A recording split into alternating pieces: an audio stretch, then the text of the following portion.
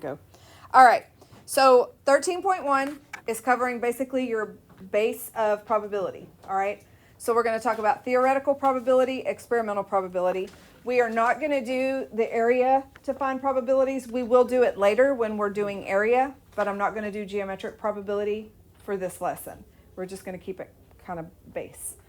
So theoretical probability. Theoretical probability is where you have your number of favorable outcomes over your total number of outcomes. So when you're doing your assignment and I'm asking you what are the total number of outcomes, think of, if I were to do this, how many different ways can it happen? Okay, so in theory, if I flip a coin, what are the two outcomes? Two. It can either land on heads or it can land on tails. So there's two outcomes. All right? So when you're working on your assignment and it says, what are your outcomes? How many are there? You would tell me two, and then you would tell me what they are. The outcome would be heads. The outcome would be tails. Okay? So, in theory, so theoretical outcome is what would happen in theory. So, what would happen in theory? All right, so that is how theoretical works. So it can go from impossible to certain, or maybe. Now, the probability of an event is going to be noted as P parenthesis event A, okay? If I'm saying I want the probability of my coin landing on tails, then I might say the probability of T because the probability of tails. Keep your symbols basic. Keep them simple. Don't be extravagant, okay? Just keep them as easy as possible.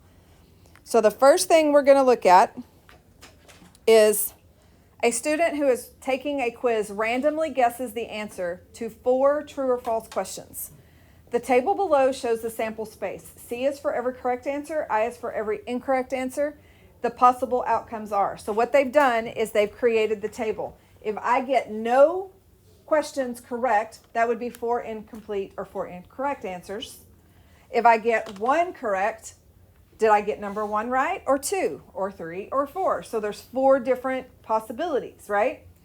If I got 2 questions right, those are all your possibilities. So if you count them, you've got 1, 2, 3, 4, 5, 6, 7, 8, 9, 10, 11, 12, 13, 14, 15, 16. There are 16 outcomes. So there are 16 different ways you can make a grade on this quiz, ranging from 0 to 100.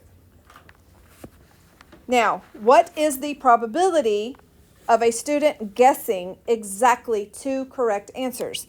So if I look here, I've got 2 correct answers. How many ways is there? 1, 2, 3, 4, 5, 6. So that would be 6 out of 16.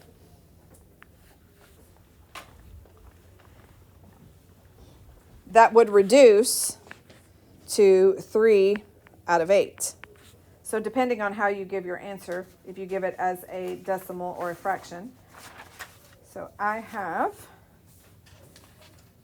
so 3 out of 8 would be 0.375, which would be 37.5%. So if you were to guess a multiple choice test, 4 questions. So you didn't study, you came in and you just guessed. You have a 37.5% chance of making a 50. Okay? So think about that when you don't study and you have to guess on a test. Okay? Now, what is the probability of getting all the correct answers? Well, there's only one way to get all the right answers. So that would be 1 out of 16. Well, that is 0.0625, which is 6.25%. So you only have about a 6% chance of making a 100 if you guess. Not very good odds.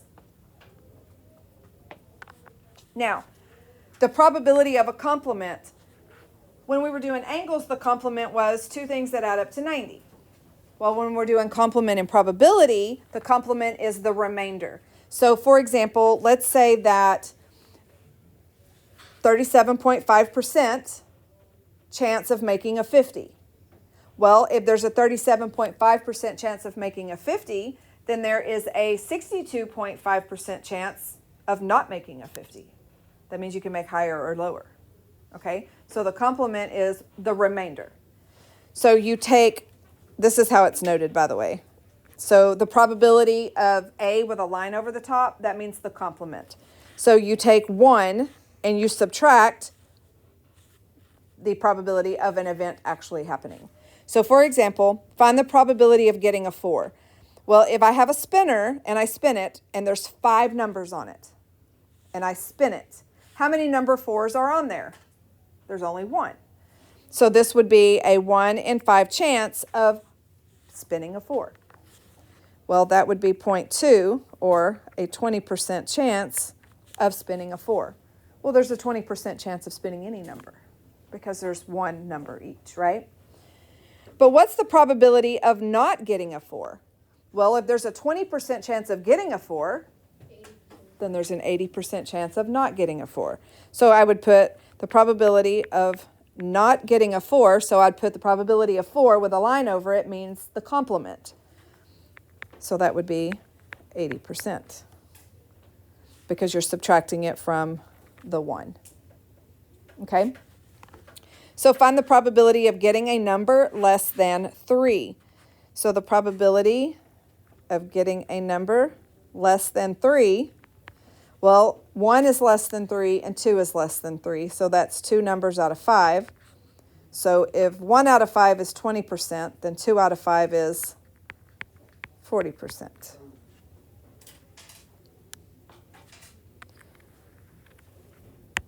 And of course, the probability of getting a number not less than 3, so the probability of a number not less than 3 would be the complement to getting, so this would be 60%.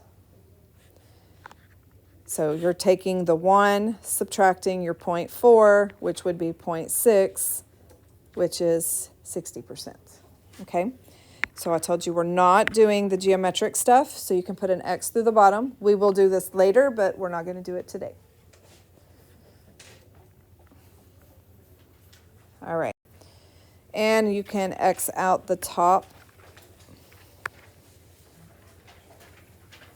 Now let's talk about the experimental probability. The experimental probability is when you actually do the experiment, okay?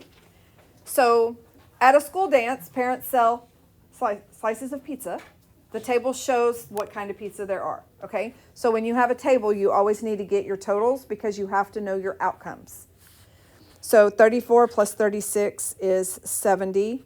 8 plus 12 is 20. So there are 90 slices of pizza.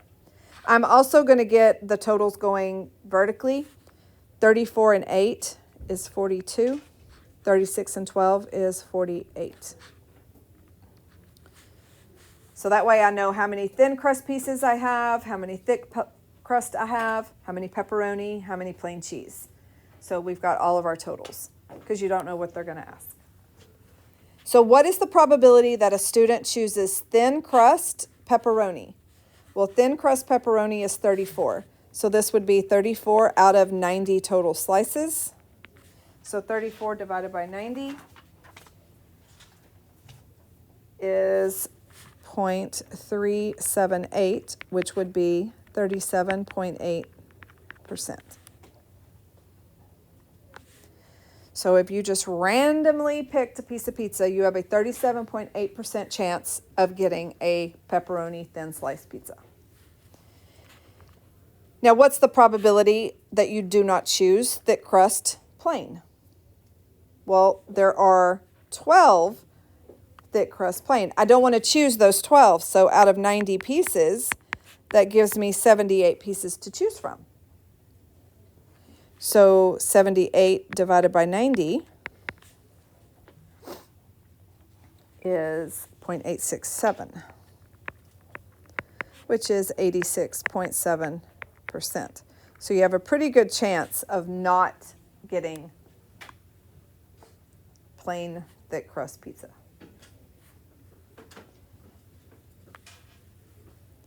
So do we have any questions? Pretty basic. All right, well, let's go back to the spinner, okay? So We have the spinner. This time we have 5 sections, and instead of numbers, we have colors. All right? The colors are all the same size, which matters. Okay, because if one of the areas is bigger than the other, well, then the probability is going to be better of landing on that because the area is larger. But if they're the same, you don't have to worry about it. So we have 5 sections. We have red, green, blue, yellow, and purple. Each section is the same area, and we're going to spin it 50 times. Okay, so the experiment includes 50 spins. We spin it once, and we just start recording our data. When we're done, we tally it up, and we see that we got 5 red spins. We got 20 green spins. All right, so what is the experimental probability of stopping on each color? Well, red is 5 out of 50, so that's 1 out of 10. Green is 20 out of 50, so that's 2 out of 5. Blue, well, we only got 3 blue spins out of 50. That doesn't reduce, so we can leave it. Yellow, we got 10 out of 50, so that's 1/5. And purple, we got 12 out of 50, so that's 6 out of 25. So always reduce, always reduce your fractions. Now, in theory, what's the probability? Well, there's only one red out of 5 colors, right? So red is 1 in 5. What about green? Well, there's only one green, so it's also 1/5. So is blue, so is yellow, and so is purple. They all have a 1 in 5 chance of landing, in theory. But we saw up here in the experiment that didn't happen, did it? Except for one color. Which color was the experiment and the theory the same? So if I look here, I see that 1/5 is in theory. And as I look at my choices, I got 1/10, 2/5, 3/50, 1/5. So yellow, in theory, was equivalent to my experiment. Could that have been any color? Yes, because if each one of us did the experiment, we could all get the exact, or not the exact same, we could all get completely different answers. 2 of us may get yellow, 3 people may get red. You just never know because it's an experiment, so you don't know. So yellow is the 1/5. Oops, slide up a little bit. All right, so that is all there is to finding your outcomes and determining theory and experimental. Okay, so we are going to move on to 13.2.